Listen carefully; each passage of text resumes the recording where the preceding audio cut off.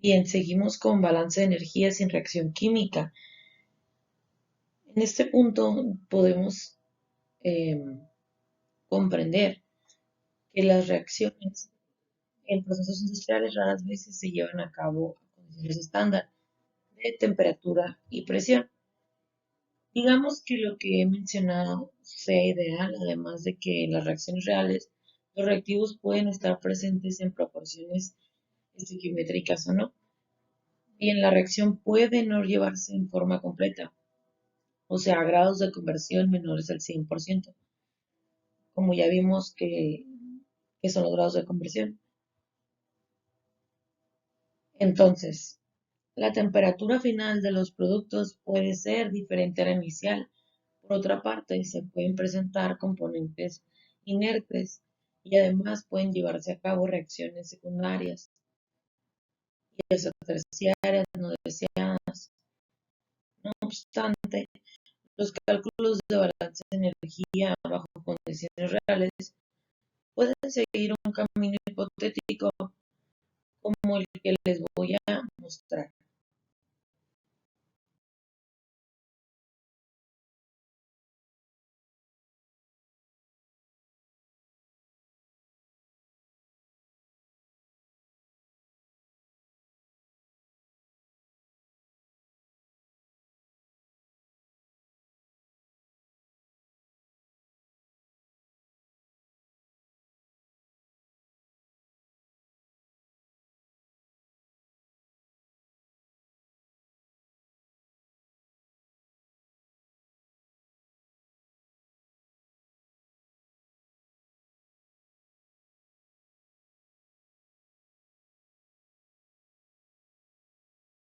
Bien, en el siguiente diagrama tenemos los reactivos a una presión de una atmósfera, a una temperatura de T1 y tenemos además energía de los reactivos.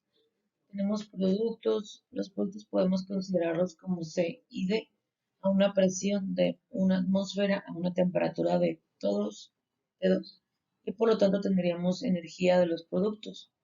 Ahora, consideramos que en este caso se le está agregando calor.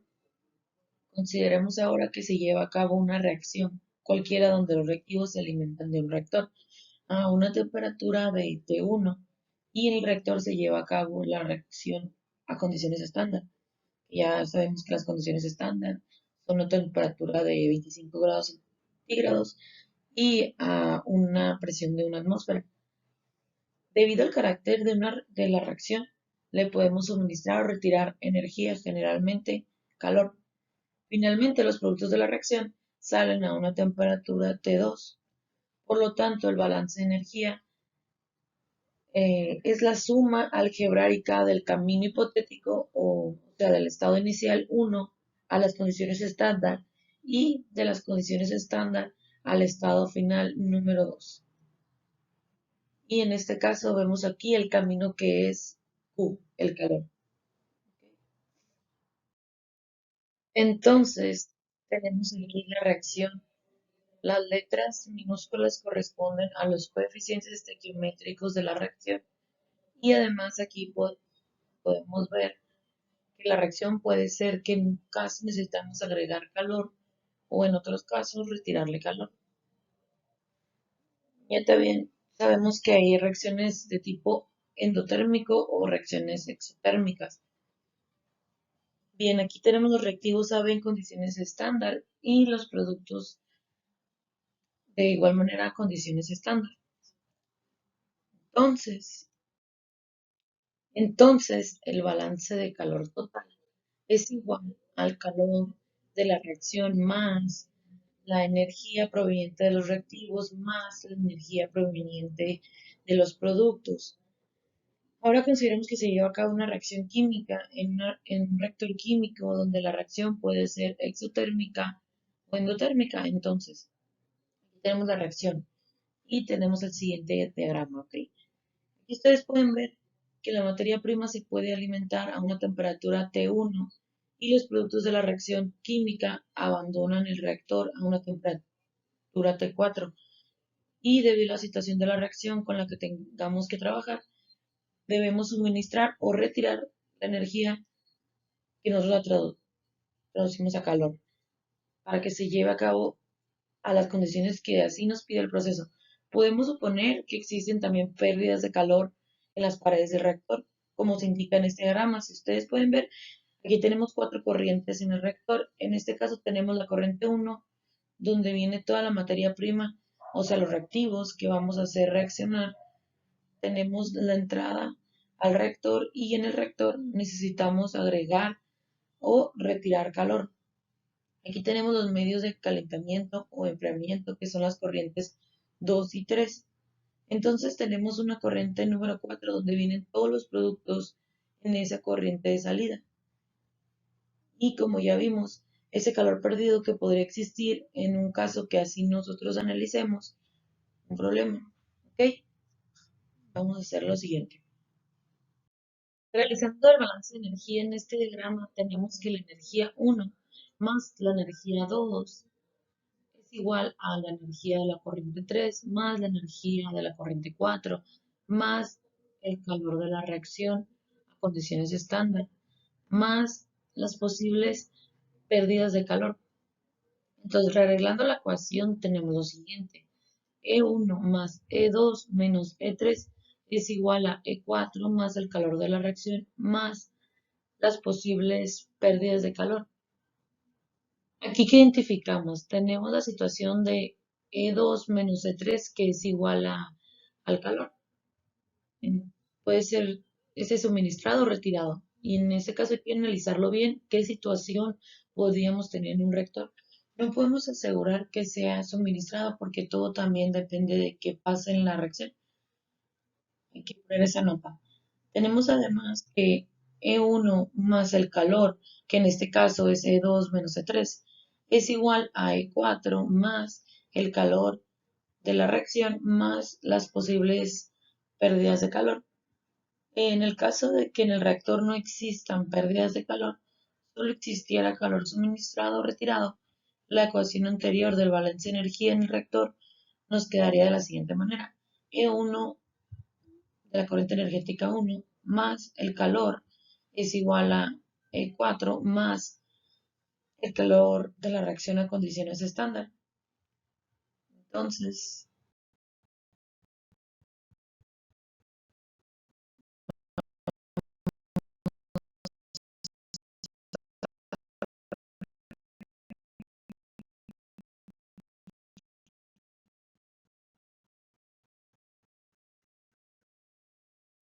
bien, vemos que el calor desarrollado a condiciones estándar lo podemos calcular de la siguiente manera. El calor de la reacción es igual a las moles que reaccionan por el delta H de la reacción a condiciones estándar. Además, podemos calcularlo de la siguiente manera. El calor de la reacción es igual a la sumatoria desde el I es igual a 1 hasta el número de componentes que tengamos para el caso de los productos. En este caso, sumatoria de los moles por delta H de formación de cada uno de los componentes, para este caso productos, menos la sumatoria desde I igual a 1 hasta el número de componentes que tengamos como reactivos, en este caso número de moles, por el delta H de formación de esos reactivos. ¿Okay? Las energías de las corrientes se pueden calcular de la siguiente manera. Tenemos que energías que pueden ser las que entran o salen serían igual a la sumatoria desde y igual a 1 el número de componentes que tengamos, en este caso el número de moles por el Cp por la temperatura menos la temperatura de referencia. Okay, en este caso TJ es referencia en el punto de la corriente y la temperatura de referencia, la cual es donde vamos a realizar los cálculos siempre y cuando se revisen las condiciones de operación de los reactores. En algunos casos los problemas nos pueden indicar la temperatura de referencia. Pero bien, vamos a hacer lo siguiente. Bien, tenemos el siguiente problema. Se quema una mezcla de 10 moles hora de metano y 40 mol hora de oxígeno. La reacción de combustión del metano es completa y además se lleva a cabo con el 100% de conversión. Nos pide calcular el calor que hay que suministrar o retirar del reactor para que las corrientes de entrada y de salida se mantengan a la temperatura de 350 kelvins y nos da a considerar una temperatura de referencia de 298 kelvin. Y nos da la siguiente reacción de combustión. Tenemos que una mol de metano en fase gas más 2 moles de oxígeno en fase gas se hacen reaccionar para producir una mol de dióxido de carbono en fase gas más 2 moles de agua de igual manera en fase gas. Entonces, recurriendo a las tablas termodinámicas, o igual aquí ya se los presento, tomamos los puntos claves que siguen, perdón. Entonces, en esta tabla ya la tenemos exactamente el delta H y los demás datos que podemos tomar de cada uno de los compuestos. Bien, entonces también tenemos el siguiente diagrama con únicamente dos corrientes. Una corriente número 1 que entra y una corriente número 2 que sale. Tenemos un grado de conversión del 100% del metano. Ahorita vamos a ver qué nos está indicando ese grado de conversión. Tenemos en la corriente 1 de entrada de los reactivos y reactivos sabemos que es metano y oxígeno, una temperatura 1 igual a 350 Kelvin y esta se va a mantener durante todo el proceso en la corriente 2 de 350 Kelvin, o sea, la temperatura 2. Bien, en la temperatura 2 tenemos dióxido de carbono y además la molécula del agua. En este caso nos están diciendo que la conversión de metano es del 100% y sabemos que cuando una conversión es al 100%, todo lo que se alimenta reacciona de este reactivo. Pero no es así para el oxígeno, porque no nos están indicando el grado de conversión del mismo. Los reactivos solamente nos están indicando para el metano. Tenemos que hacer el balance de materia para ver si el oxígeno también reacciona completamente. Bien, entonces vamos a hacer el desarrollo. Entonces tenemos la base de cálculo que corresponde a las moles de metano parciales de 10 moles por hora y moles parciales de oxígeno de 40 moles por hora. Sabemos que el grado de conversión del metano y también sabemos que el grado de conversión es igual a los moles que reaccionan entre los moles alimentados por 100 y eso es igual al 100%. Aquí también sabemos que moles totales de la corriente 1 son iguales a 50 moles por hora y sabemos que si hacemos un balance de materia no podemos indicar que moles totales de la corriente 1 son iguales a los moles totales de la corriente 2. Eso no aplica en un balance de un reactor. Si lo tuviéramos en masa, sí les creo que sea M1 igual a M2 total, pero en este caso estamos trabajando en moles, no podemos asegurar que N1 sea igual a N2. Por lo tanto, no dejamos indicado el balance general, ¿ok? De materia.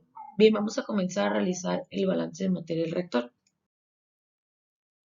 Vamos a comenzar a realizar los balances parciales porque necesitamos los moles que están participando en todas las corrientes. En este caso solamente tenemos dos. Vamos a realizar el balance del metano. Tenemos que los moles de metano alimentados menos los moles que reaccionan de metano son iguales a los moles que salen de metano en la corriente 2. Pero ¿qué pasa aquí? Nos están diciendo que todo reacciona. Entonces, no están saliendo moles de metano en la corriente 2. Por lo tanto, los moles de metano alimentados son iguales a los moles parciales de metano que reaccionan, porque todo lo alimentado va a reaccionar. Entonces, esto es igual a 10 moles por hora. Bien, vamos a realizar ahora el balance del oxígeno. De igual manera, el oxígeno es un reactivo, moles de oxígeno alimentados de la corriente uno menos los moles parciales de oxígeno que reaccionan van a ser igual a los moles que salen de la corriente 2. Como no tenemos un grado de conversión que aplique para el oxígeno, tenemos que revisar si realmente salen moles parciales de oxígeno en la corriente 2. Vamos a ver. Moles de oxígeno que reaccionan son iguales. Sabemos que hay que aplicar estequiometría. Moles parciales de metano que reaccionan por la relación estequiométrica molar. Esto es igual a 10 moles por 2, que corresponde al coeficiente estequiométrico de la reacción para el oxígeno, entre un mol que corresponde para el metano de la misma reacción. Y esto es igual a 20 moles por hora de oxígeno que reaccionan. Regresando al balance de oxígeno, tenemos que moles parciales de oxígeno de la corriente 2 son iguales a 40 menos 20 moles por hora, es igual a 20 moles por hora. Por lo tanto, ¿qué pasa? Que sí está saliendo parte del oxígeno, que no está reaccionando en la corriente número 2 y sale el 50%. ¿Ok? Entonces, vamos a hacer el balance.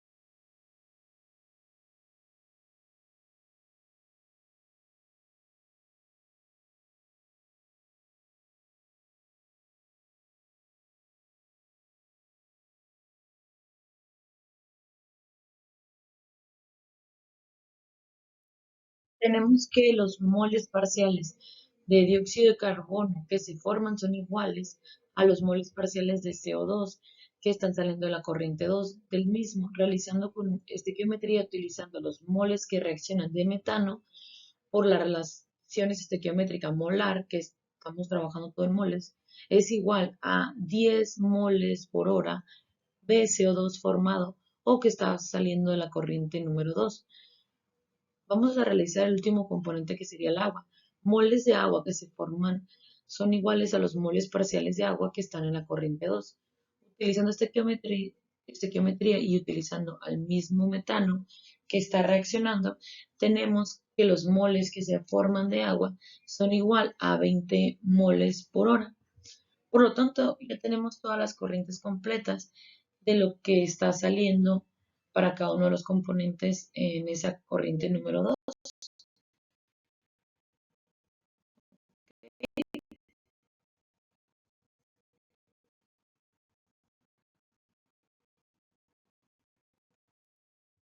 Ahora hay que hacer el balance de energía en el reactor y tenemos que la corriente energética 1 más el calor que no sabemos si se va a suministrar o retirar es igual a la energía de la corriente 2 más el calor de la reacción en condiciones estándar. No estamos agregando aquí, si ustedes se dan cuenta, al calor a las posibles pérdidas de calor porque no existen o no nos las están indicando, por lo tanto no las consideramos. Sabemos que para determinar el calor de la reacción a condiciones estándar es igual a la sumatoria de los moles por el delta H de formación para el caso de los productos menos la sumatoria de los moles por el delta H de formación para los reactivos y realizamos los cálculos, colocamos la información con la que ya contamos, con el calor de la reacción a condiciones estándar, que es igual a menos 8022.80 kilojoules por hora. Y bien, ya tenemos el calor de la reacción estándar. Bien, continuamos. Desarrollamos ahora los cálculos de las corrientes energéticas y sabemos que la ecuación que tenemos que ocupar es esta. Por lo tanto, corriente energética número 1 es igual a 98.75 kilojoules por hora. Aquí, ojo, hay que revisar los moles parciales para todos los componentes que se encuentran en la corriente 1. En este caso sería metano y oxígeno que coincidan y también coinciden el CP y también las temperaturas tanto de referencia como de la corriente. Y vamos a calcular la corriente número 2. De igual manera, agregar la información y vamos a considerar los moles que están saliendo de la corriente número 2 más el dióxido de carbono y del agua. Por lo tanto, tenemos que multiplicarlo por su correspondiente capacidad calorífica y tenemos que el valor total de la corriente energética número 2 es igual a 101.14 kilojoules hora. ¿Y qué tenemos que hacer ahora? Vamos a despejar el calor de la ecuación. Bien, entonces, como les comenté, vamos a por último, despejar el calor de la ecuación del balance de energía, que es lo que nos están pidiendo. Despejamos el calor que es igual a E2 más el calor de la reacción menos la corriente energética 1. Sustituyendo los valores que ya calculamos, el calor es igual a menos 8.020,41 kilojoules por hora. ¿Qué pasa aquí? Hay que analizar el resultado que tenemos. Como ven, resulta un calor negativo. Esto nos está indicando que únicamente hay que retirar 8.020,41 kilojoules por hora para que se lleve a cabo el proceso sin ningún inconveniente a las condiciones que nos proporciona el problema. Hasta aquí vamos a dejar el problema. Como se dan cuenta, necesitamos los balances de materia, incluimos ahora balances de energía en un reactor químico. Entonces hay que repasarlo otra vez si ustedes gustan, ya sin viendo las respuestas, así les va a poder ayudar a comprender mejor el problema y vamos a hacer un ejercicio de tarea. Bien,